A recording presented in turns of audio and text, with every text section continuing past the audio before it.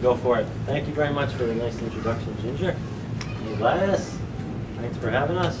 And this is especially exciting for me because just over 4 years ago, I got an email inquiring about publishing from Manahatta over here, and over the years we've become friends. And we've emailed, we've talked on the phone, we've watched each other's videos and YouTube stuff. And I just picked him up at the train a couple hours ago. It was the first time we've met in person, so it's nice to be reading together. And that was an excellent meeting. And nice, really nice with the bells. Oh, good. And to return the favor, I'm going to start off with a poem from his book that was published by Kempton back there, and it won the chapbook contest, which was kind of ironically amazing. It's called Hunger for Information. Tell me another story in that language I don't know. May the syllables become building blocks for a lighter life. My vowels sing all answers. May consonants keep a steady rhythm of truth. May your story remain untranslatable. May it be endless.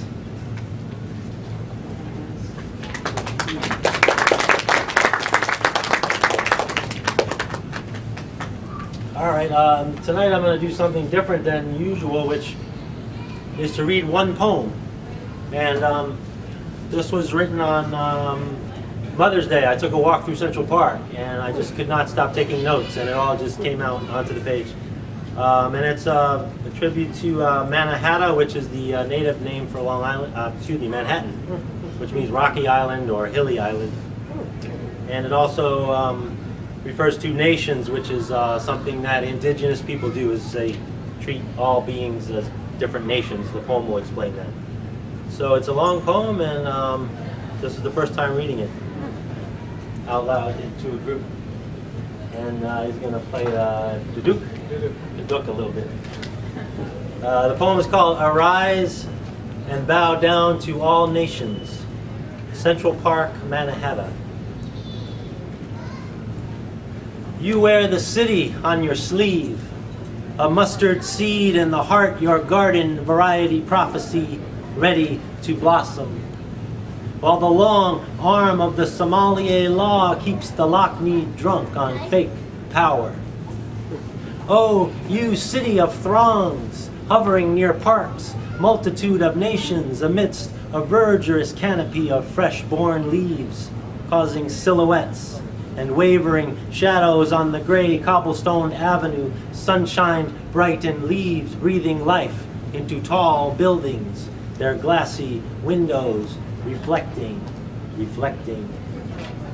Oh, city dwellers, getting your feet wet with green energy, incessant squeaking from a bird's nest halfway up on a lamppost with a small metal NYPD box for a makeshift roof. The scent of spring's grass rising. Nations of trees rooted down deep into the Mother Earth.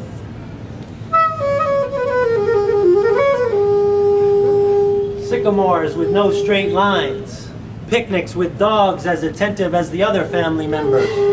Walking the park, I eyeball the titles of books laying on blankets. State of wonder, past imperfect, unread, while the people stare, breathing the air nation. Unnoticeable, I blend with the crowd, we become one, the nation of grass blades bowing at our feet. A yellow-beaked, speckled-bodied starling navigates the great lawn like a homeless person who has come home. Like a child learning to walk, the starling nation strolling. The speaking of French I do not understand.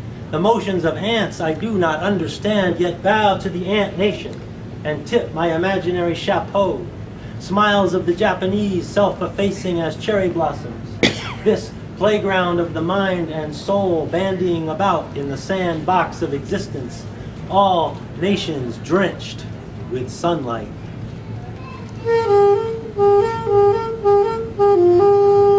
A toddler in a carriage drags a stick along the pavement, discovering friction, revealing gravity, the solidity of things in motion against things unmoved.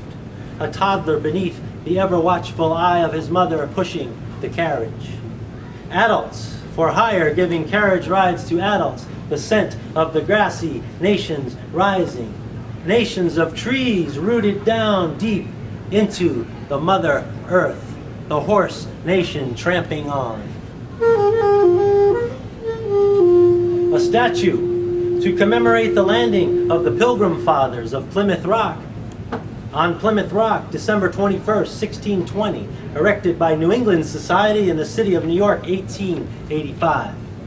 The motionless figure posing with a long rifle. There is a linden tree of European origin. Can someone tell me where a Lenape statue is? And when will the Pilgrim Fathers bow down to Mother Earth, who holds dear so many nations? But on this day, no one offends me, no one praises me, I offend no one and praise no one. No one walks these trails, yet only one is walking.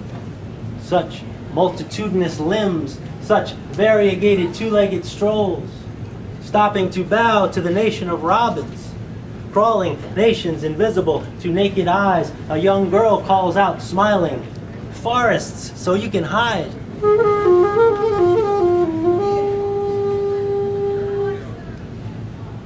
Humble sparrows almost camouflaged on dusty patches. Bicyclists trying to get a handle on the situation. The boathouse pond, the rock dove pigeon nation with green and fuchsia iridescence on their necks. A man with dreadlocks and two blonde German-speaking women. A bronze duck at the feet of Hans Christian Andersen.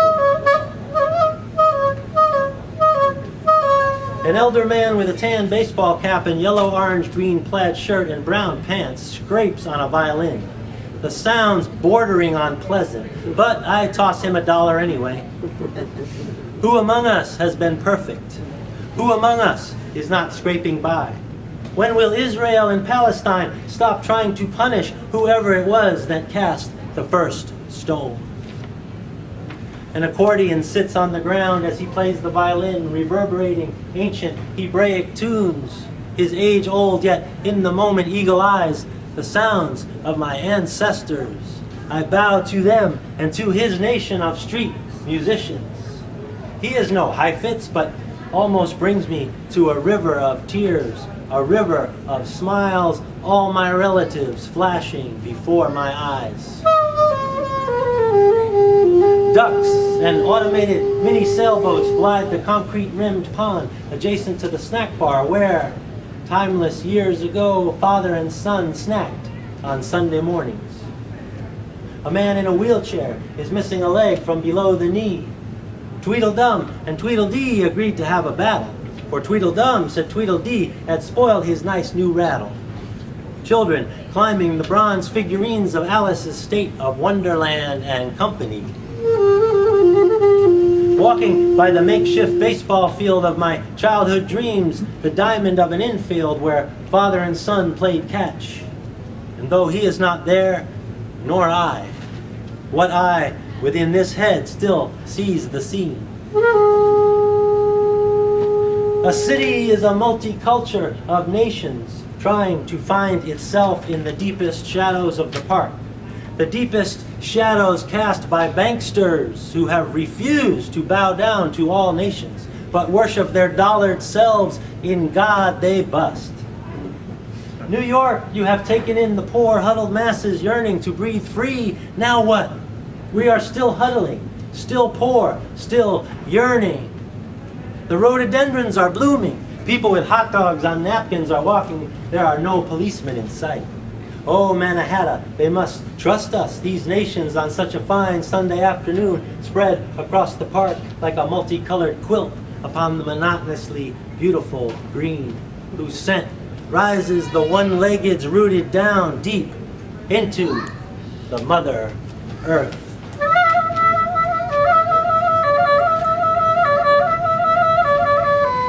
4 Incans from Ecuador with the brown skin and white shirts with delicate embroidery to prove it play guitar, violin, flute, mandolin. They sing and shake shakers, more little rattles at their feet for the children to pick up and shake, and they do.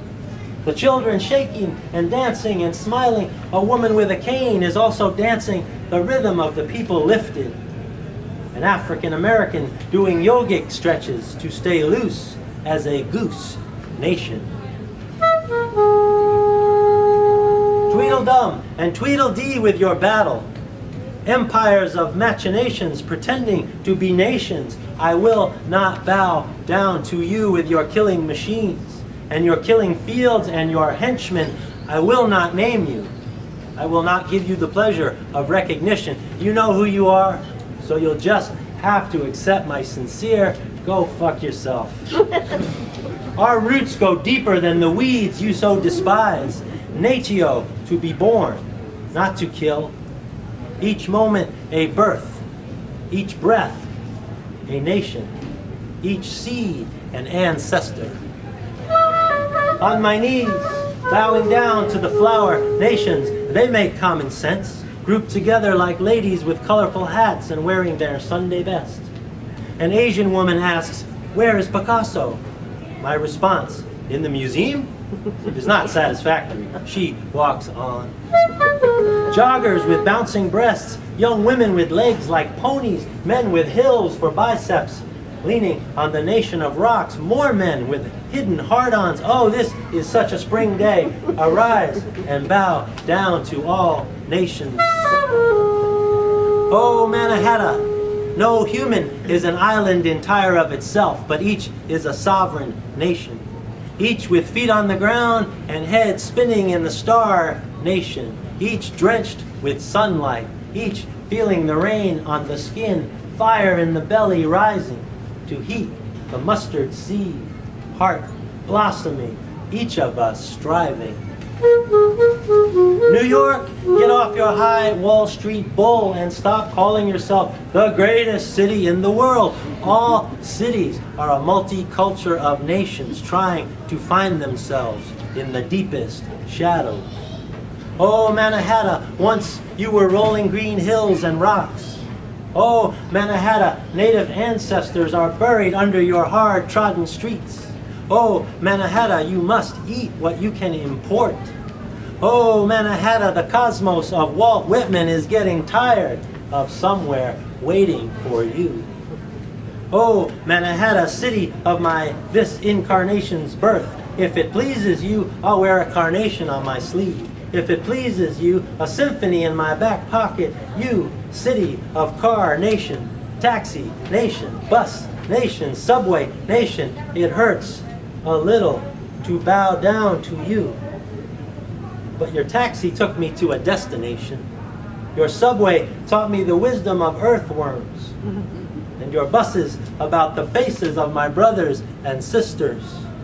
Oh, Manahatta, how it can hurt a little to sit down, to stand up, to hang on. Oh, though it sometimes hurts a lot. Each day arise and bow down to all nations. And especially when it feels so good, bow down deeper to all nations.